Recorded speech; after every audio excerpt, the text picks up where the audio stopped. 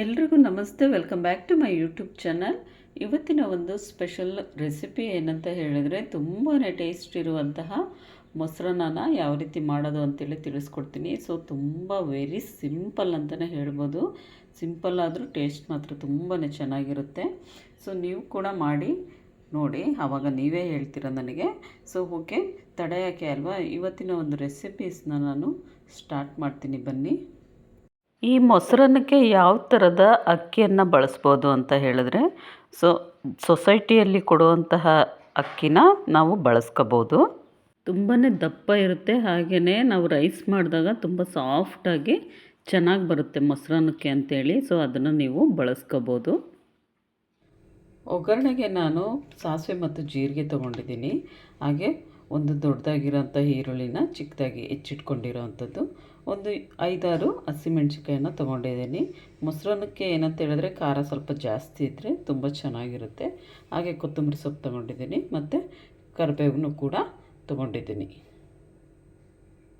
ಮತ್ತು ಒಂದು ಅರ್ಧ ಲೀಟ್ರು ಮೊಸರು ಪ್ಯಾಕೆಟ್ನ ನಾನು ತೊಗೊಂಡಿದ್ದೀನಿ. ಹಾಗೆ ರುಚಿಗೆ ಉಪ್ಪು ಕೂಡ ಬೇಕಾಗುತ್ತೆ. ಸೊ ಮಾಡೋ ವಿಧಾನನ ತಿಳಿಸ್ಕೊಡ್ತೀನಿ, ಬನ್ನಿ.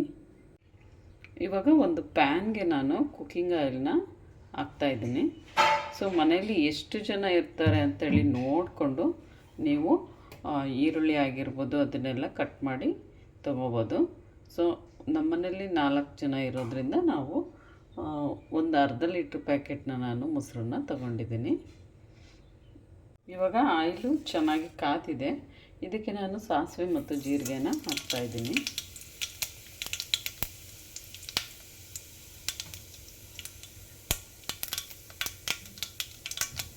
ಇವಾಗ ಕರಿಬೇವು ಹಾಕಿ ಆಮೇಲೆ ಹಸಿಮೆಣ್ಸಿಕಾಯಿನ ಕೂಡ ಹಾಕ್ಕೊಳ್ಳಿ. ಇದು ಎಣ್ಣೆಲಿ ಸ್ವಲ್ಪ ಹೊತ್ತು ಫ್ರೈ ಆಗಲಿ. ಸ್ವಲ್ಪ ಬಾಡಿಸ್ಕೊಳ್ಳಿ.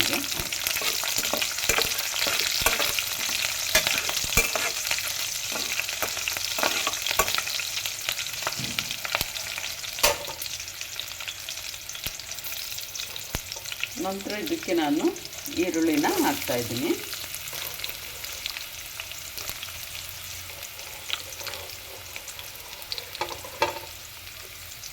ಈರುಳ್ಳಿನ ಹಾಕಿ ಇದನ್ನು ಕೂಡ ಒಂದು ಸ್ವಲ್ಪ ಎಣ್ಣೆಲಿ ಈ ರೀತಿ ಫ್ರೈ ಮಾಡಬೇಕು ಚೆನ್ನಾಗಿ.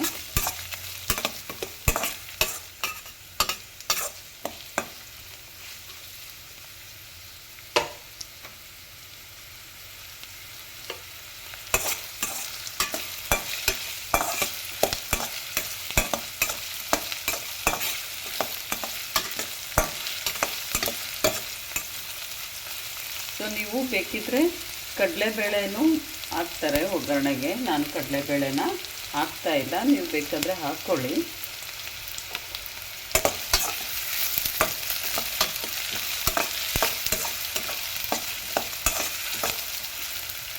ಜೊತೆಗೆ ಉಪ್ಪನ್ನು ಸೇರಿಸಿ ಹಾಗೆಯೇ ಮಿಕ್ಸ್ ಮಾಡಿ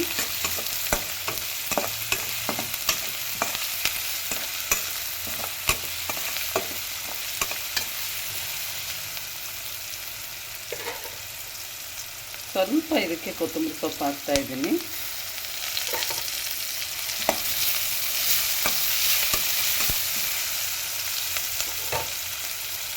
ಇವಾಗ ಇದನ್ನು ಆಫ್ ಮಾಡಿಬಿಟ್ಟು ತಣ್ಣಗಾಗಲಿಕ್ಕೆ ಬಿಡಬೇಕು.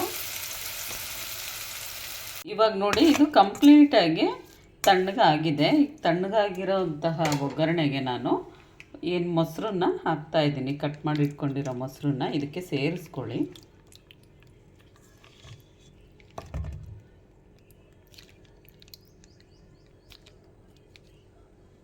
ಸೇರಿಸ್ಕೊಂಡು ನೀಟಾಗಿ ಮಿಕ್ಸ್ ಮಾಡಿ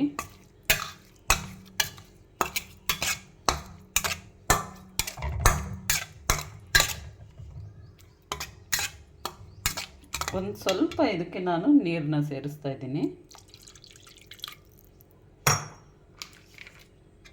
ಸೇರಿಸ್ಕೊಂಡು ಈ ರೀತಿಯಾಗಿ ಮಿಕ್ಸ್ ಮಾಡ್ಕೊಳ್ಳಿ.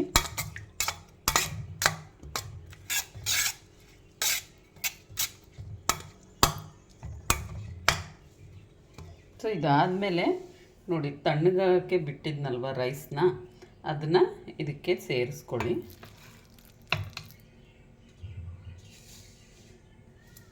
ಒಂದು ಸ್ವಲ್ಪನೇ ತೆಗೆದು ಈ ರೀತಿಯಾಗಿ ಮಿಕ್ಸ್ ಮಾಡಿ.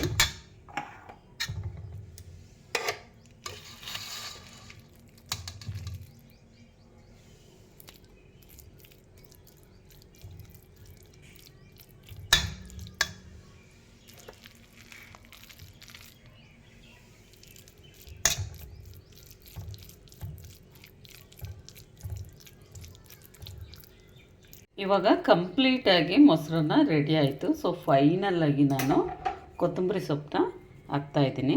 ಸೊ ತುಂಬಾ ಟೇಸ್ಟಾಗಿ ತುಂಬ ಚೆನ್ನಾಗಿರುತ್ತೆ ಅಂತಲೇ ಹೇಳ್ಬೋದು. ಸೊ ನೀವು ಕೂಡ ಮನೇಲಿ ಇದನ್ನು ಟ್ರೈ ಮಾಡಿ ನೋಡಿ. ಸೊ ಕೊತ್ತಂಬರಿ ಸೊಪ್ಪು ಹಾಕಿ ನೀಟಾಗಿ ಈ ರೀತಿ ಮಿಕ್ಸ್ ಮಾಡಿದ್ರೆ ಸೊ ಫೈನಲಾಗಿ ಮೊಸರನ್ನ ಒಂದು ರುಚಿಕರವಾದಂತಹ ತುಂಬಾ ಟೇಸ್ಟ್ ಇರುವಂತಹ ಮೊಸರನ್ನ ರೆಡಿಯಾಗಿದೆ. ಇವಾಗ ಸರ್ವ್ ಮಾಡಿದ್ರೆ ಆಯಿತು. ಸೊ ತುಂಬಾ ಇಷ್ಟಪಡ್ತೀರಾ ಅಂಥೇಳಿ ಈ ವಿಡಿಯೋನ ನಾನು ಶೇರ್ ಮಾಡ್ತಾಯಿದ್ದೀನಿ. ಸೊ ಓಕೆ, ಸೊ ಇವಾಗ ಸರ್ವ್ ಮಾಡೋಣ. ಸೊ ನಿಮಗೆಲ್ರಿಗೂ ಈ ವಿಡಿಯೋ ಇಷ್ಟ ಆಗಿದೆ ಅಂಥೇಳಿ ಭಾವಿಸ್ತೀನಿ. ಸೊ ಹೀಗೇ ಸಪೋರ್ಟ್ ಮಾಡ್ತಾಯಿರಿ ಅಂತ ಹೇಳ್ತಾ ಈ ವಿಡಿಯೋ ಸೊ ಹಾಗೆ ವಿಡಿಯೋ ಯಾರೆಲ್ಲ ನೋಡ್ತಾ ಇದ್ದೀರಾ ಅವರೆಲ್ಲರೂ ಕೂಡ ದಯವಿಟ್ಟು ಸಬ್ಸ್ಕ್ರೈಬ್ ಮಾಡ್ಕೊಳ್ಳಿ, ಲೈಕ್ ಮಾಡಿ, ಶೇರ್ ಮಾಡಿ ಮತ್ತು ಕಮೆಂಟ್ ಮಾಡೋದನ್ನು ಮರಿಬೇಡಿ.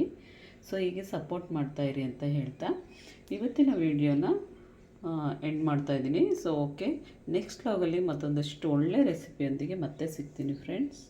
ಬಾಯ್.